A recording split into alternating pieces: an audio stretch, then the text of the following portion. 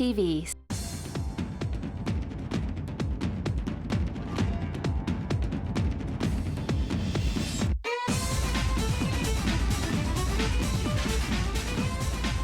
And welcome to another episode of Out of the Fog. I'm your host, Lori-Lydia Loveless. Tonight we're talking all things Christmas gifts. So if you're looking for a Christmas gift for your loved one, stay tuned and we'll be right back after this break.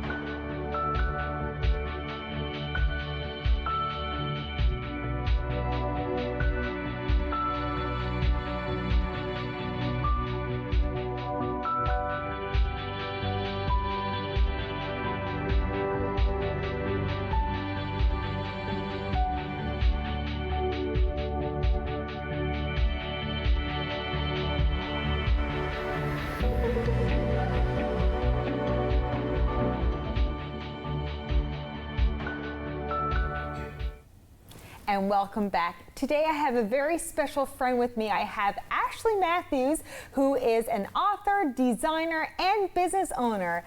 Ashliegh, welcome to the show today. Thank you so much.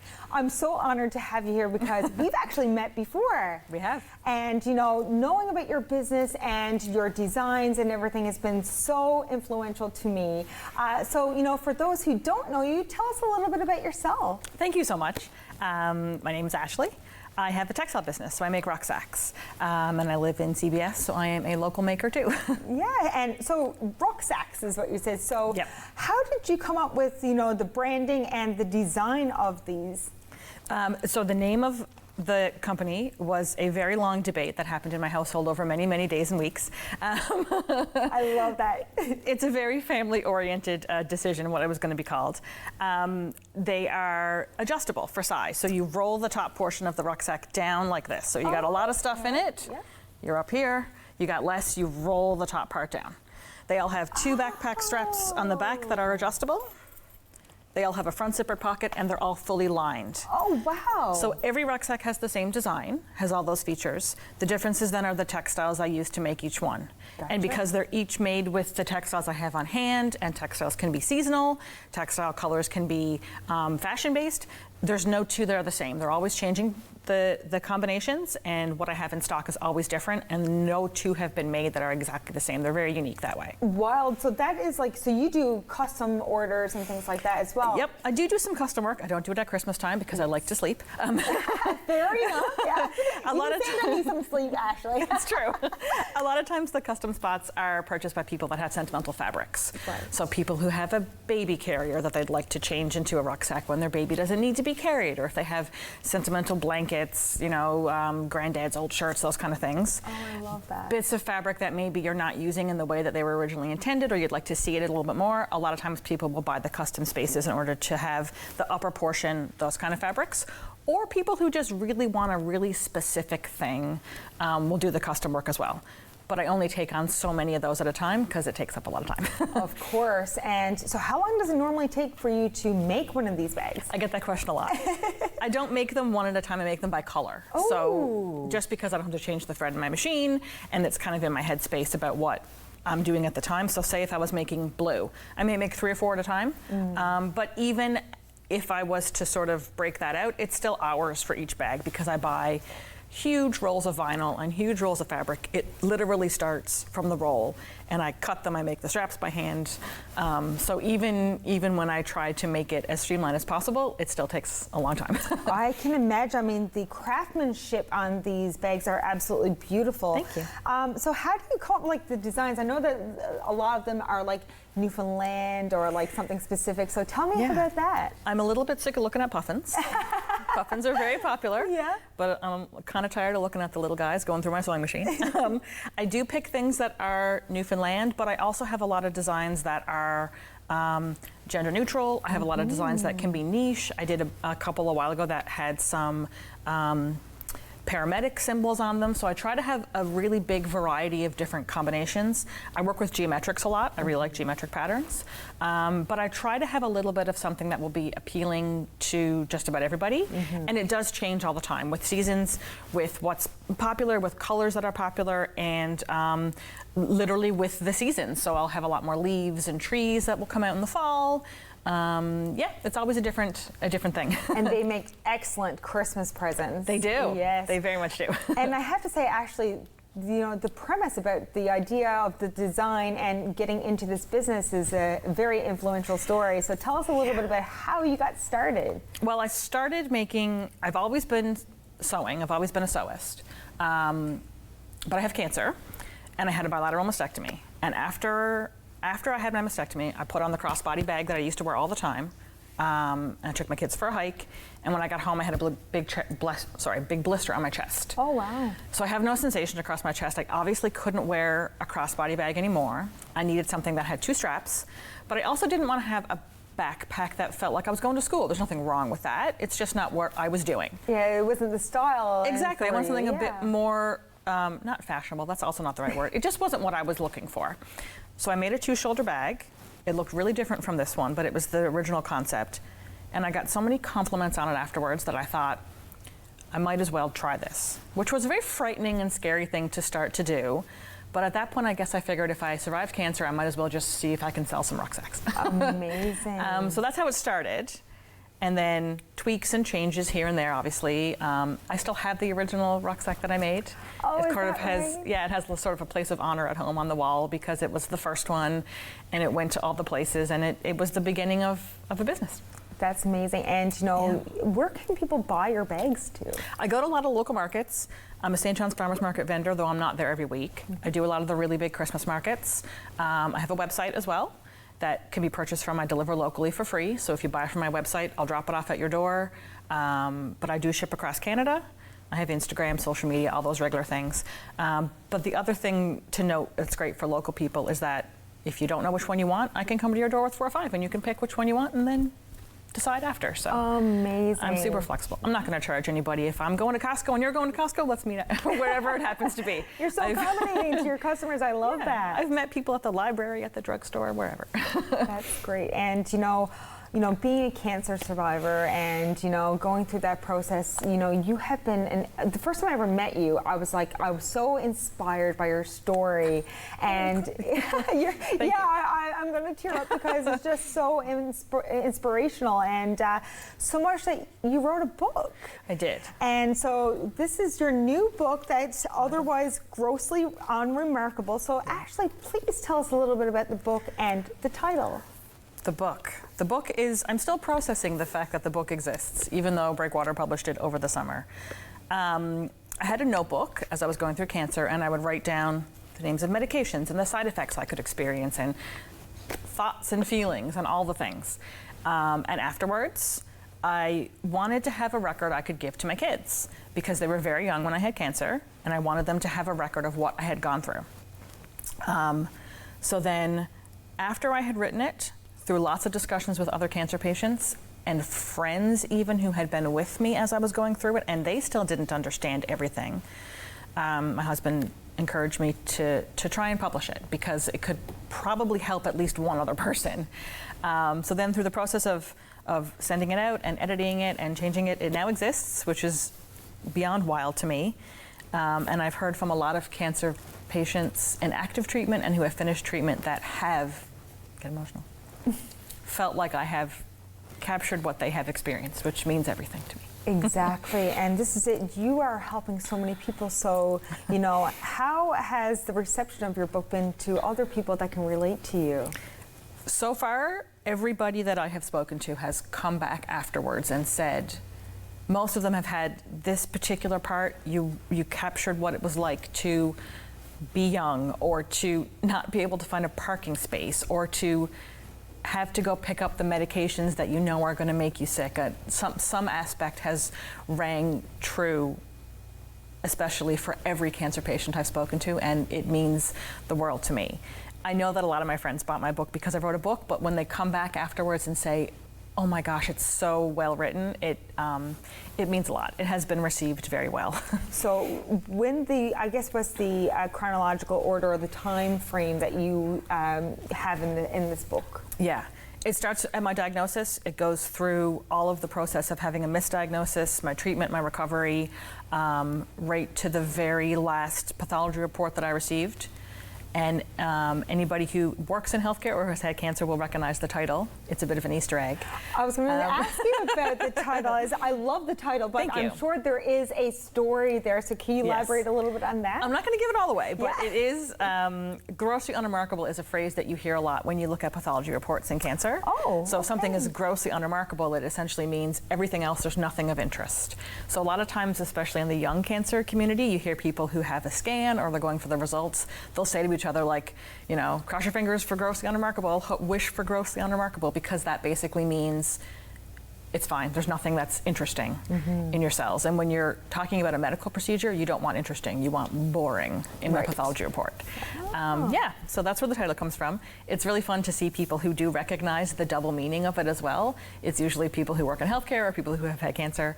And, you know, I love this, is that this book is full of heart, hope, and just a dose of humor. I know you, and I know that you love to incorporate humor. So I try. There's some swear words too, so it's probably not. That's great. You know, with this, you know, what type of message do you want your readers to get from your book? Oh man, I think definitely whatever weird thing is happening to you through cancer, you're not the first person to experience it. There are other people out there, and also, having cancer is garbage. There's no good way. You don't have to make it happy. You don't have to find the silver lining. It can just suck, and that's okay. There are definitely times in here that it was very awful and it really sucked. So not only is that okay, but I wasn't alone, because there are other people who felt like that. The other thing that happens a lot when you're going through treatments for, I'm sure, any type of medical intervention, is that they don't tell you everything you should expect, because doctors and nurses, they will do the best they can, but when you go home, they don't go with you, and they don't always understand what happens after they're finished with their part of your treatment. So I had hoped that it would inform people in a way to be ready for what to expect, and so far I have heard that it has been helpful that way too. That's incredible, and it's just so nice to see you sharing your story and being brave. That's so courageous. And so where can people actually purchase your book? It's published by Breakwater, so you can get it from Breakwater Books, their website, or their store on Stamps Lane. Also, it's available Indigo, Amazon, all the places that you get books. The Down Home store downtown has it. Anywhere where you can get books, you can get my book, which is the wildest thing I've ever said in my entire life. I love that, and I have to be honest with you, Ashliegh, I cannot wait to read this, because I know you, but it'll be nice to get a perspective on you from this way, and just to be more encouraged by you and feel hopeful. Thank you. It means everything. Thank you so much. Thank you, Ashliegh, and thank you so much for being with us today. And we'll be right back after this break.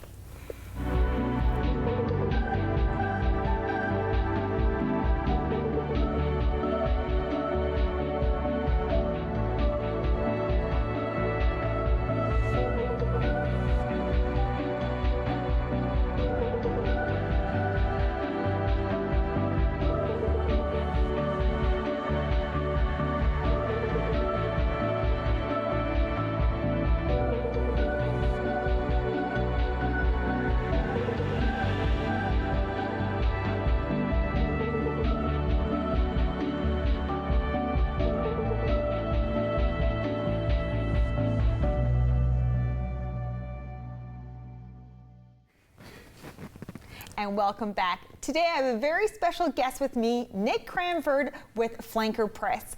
Nick, thank you so much for being here with us today. Thanks for having me, Lori. And you know, you are a local author, so was that always something that you wanted to do with your life? Well, all I knew was I wanted to do something. I wanted to do something business related, and I wanted to make something of myself in a big way. And I mean, I didn't know this was going to be it, but yeah, that's where it went. I love that. And of course, you know, tell us a little bit about yourself and your involvement with Flanker Press. Well, Flanker Press was started by my family, particularly my pop Gary, Nan Margot, and my dad Jerry. We're into our 30th year now. Wow, 30 years! Yes. Congratulations! Thank you. Yeah, I started in '94, and I mean, that's what I've known my whole life. I mean, I remember. I mean, they tell me as a baby that I was crawling on the keyboard while they were working. So it's been in your blood and your DNA from day one, hey? Yeah. And so, you know, you've done a lot in the community, and, you know, I see a lot of even local authors using Flanker Press because of the hospitality and the great businessship that they get with you. And so what does that feel for you to be a part of that? It's truly special. I'm really glad. I mean, we worked really hard to build the trust with our community. We are very good at what we do, and we will continue to make the best in Newfoundland books for as long as people want them. And for yourself as well. I mean, you've published several books, you know, over your course of your career. So tell us about, you know, give us a timeline of where you started to where you are today, I guess. Well, I mean, my first book was a project for Snowmageddon. Everyone remembers Snowmageddon. We want to forget about it, of course, but I mean, you can't, right? So what inspired you to make that? I know that Snowmageddon was like a huge thing in Newfoundland, but, you know, seeing, and I've read your book, and so how was the response been for that? Oh, it was very overwhelming. Of course, it started with the big Facebook group I ran, and that's right. And tell us a little bit about that. Yeah, the day of the storm, it was 17th of January. I decided to create a Facebook group to keep everyone together, and I mean, it just took off. Like, I mean, by Monday, I think it was like over 100,000 people had joined. Wow, that's great. And I'm a part of that group, and I see that you share a lot of like local news and things like that to just inspire people. And so, you know, that's easy to do with Snowmageddon with your book. So when did you publish that one? That came out March 2020, just right around the same time COVID happened. Oh, wow. And so that took off as well? Yeah, it did really well, yeah. And so where can people buy that book? Well, it's still available in like Chapters and Kohl's, or through the Flanker Press. Excellent. And so now you also have started this word search, Newfoundland Labrador. So how many volumes are there now? I've put out 3 volumes of Word Search in Newfoundland Labrador. I've put out the first volume of the crosswords in Newfoundland and Labrador. Wow. And I've also branched out into Nova Scotia with Word Search in Nova Scotia Volume 1 and Volume 2. That is incredible. And, you know, these are amazing Christmas gifts. And oh, yeah, they're the best stocking stuffers to get. Absolutely. And so I have to ask you, how did this come about? Like, how did you say, I want to start doing word searches and crosswords? So how did this come about? My great nan, she used to do them all the time. I mean, she would have stacks of them like in her room. And I remember, you know, going out to her home in White Wave, you know, bringing her out to dinner, and you know, she was going through her cancer treatments and everything. And I wanted to, you know, cheer her up and all, and I remember seeing her, you know, doing them all the time, and she just, I mean, and they're a really popular pastime. They've been around forever. I mean, I love them. My grandparents did it themselves, and so it was always nice to see. There's always a crossword or word search on the table in everyone's household. So how did you come up? Like, do you come up with all of the word searches yourself? I did, yes. I did a lot of research into Newfoundland. I mean, I came up with as many topics as possible. Like, what I would do is I'd just come up with so many ideas for a puzzle. Like, for example, communities, restaurants, landmarks, people, famous people, politicians, TV shows, stuff filmed in Newfoundland, radio stations, anything, like everything and anything that you could think of in Newfoundland. And so I have to ask you, because like this is so creative to me. Like I mean, this is not something I'm familiar with. But did you come up with all, like, even finding the word searches and putting that together as well? Yeah, well, I used software to make the puzzles and everything, and you know, we have our team at Flanker that did the finishing touches, graphic design, everything. That's great. And so every, you know, they all have different covers and cool things like that. Yeah. So did you design those as well? No? We have our own graphic designer, but Graham is his name. He did a really fantastic job with them. Yeah, the puffins and the moose and the lobster. I mean, that was it was a family idea. We thought, you know, the animal theme is pretty nice. You know. I love it, and it's so creative. Yeah, and the unique thing about them is they have that tartan there. That's what I was just about to say. Really cool sticking point there. And so, of course, you even broadened your horizons to Nova Scotia. So what was the response like there? It's done very well. Yeah, it's made the bestseller list out there. Yeah, I've got copies being sent out to certain people, including Anne Murray, Sarah McLaughlin, who's from Nova Scotia. Also, like Frankie McDonald, who's a big, famous weather guy.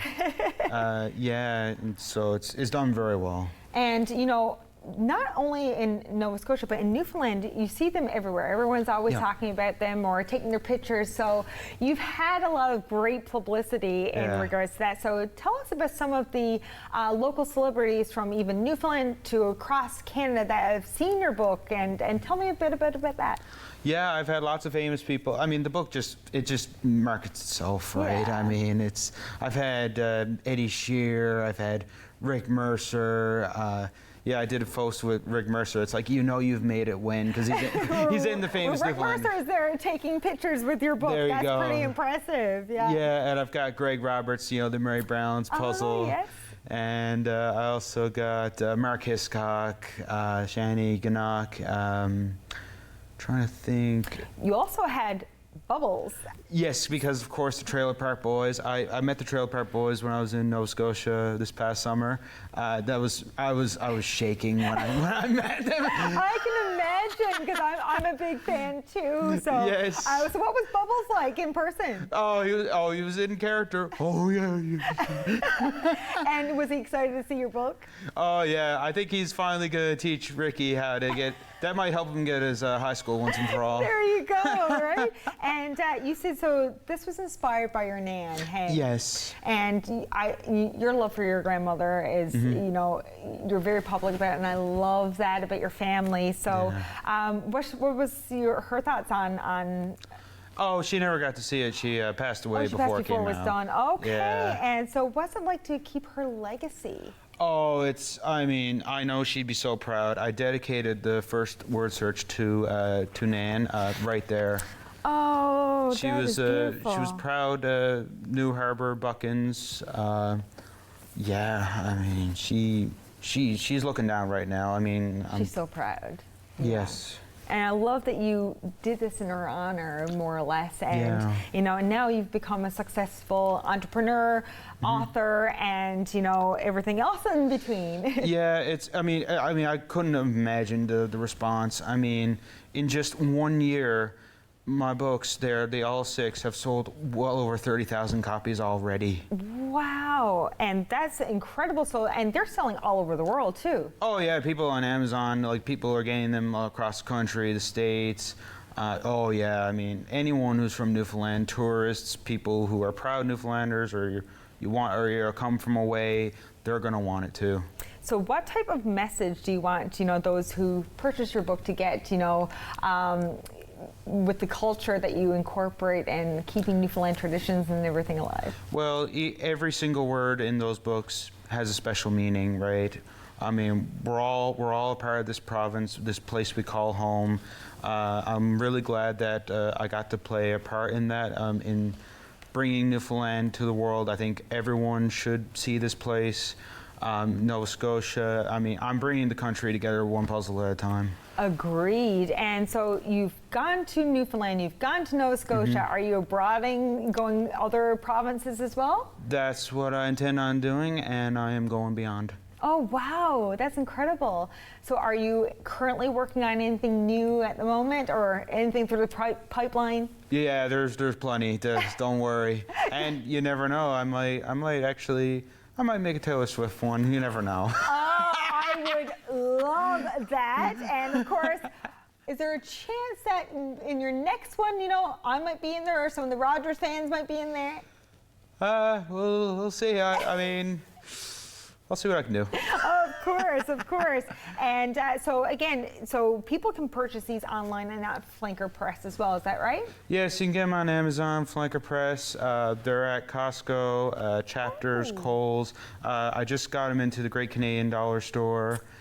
Lots of partnerships. Yeah, and also Circle K's, the Orange Stores, and plenty of gift shops across the island and beyond, right? And I guess with Christmas coming, you'll be doing a lot of farmers market things and stuff like that as well? Yes. So they could find you there as well. Do you have any events coming up? Well, I'll be doing a few signings here and there. I'm going to be in Corner Brook first weekend of December for a market out there. Yeah, so I'm pretty busy. I was going to say, you're a hard man to get a hold of in all the good ways. So, like I said, these will make amazing Christmas presents. I can't wait to take one for myself as well. So thank you, Nick, so much for coming to the studio today and, bringing your books with it. Thank you, Lori. Thank you. And we'll be right back after this break. Your opinion matters, and we want to hear from you. Get in touch with us using our viewer feedback line, your direct connection to shaping the shows you love. It's easy. Just grab your phone, scan the QR code on your screen, and take our quick survey. Share your thoughts, and let's make your viewing experience even better. 3, 2.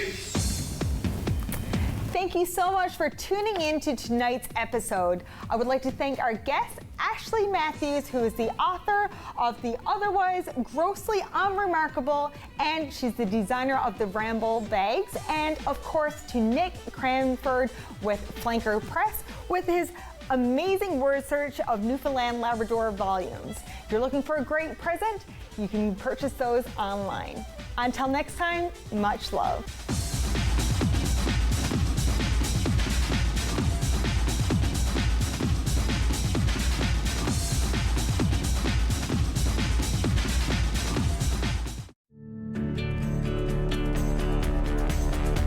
This program is brought to you by Rogers Xfinity, connecting you to more of what you love. Visit Rogers.com for more details. We want to hear from you. Provide feedback on this show or find out how you can get involved. Call, email us, or scan the QR code to take our quick survey. For me, it all started here. I do my best work here. Scores! Oh my goodness! This guy's dangerous from here, here, and here. We're watching history in the making here. Are you watching this? And our fans are up here. I'm here for it. It's all about what's up here and what's in here. Sportsnet, here for hockey. We invite you to play What's My Line? Welcome, Mrs. Baker. Those folks over there need to guess your extraordinary occupation. Are you an entertainer, Mrs. Baker? Yes. Do people come to watch you perform? Yes. Do you travel for work? Yes, I do. Do you ever wear a special type of costume? Yes. Is your job, physical? Yes, indeed. Are you a member of a team? Yes. Are you a professional baseball player? Yes, I am. Created during the Second World War, the All-American Girls Professional Baseball League included 68 Canadians. One of its brightest stars was my mother, Saskatchewan's Mary Bonnie Baker, a pioneer for women in sports.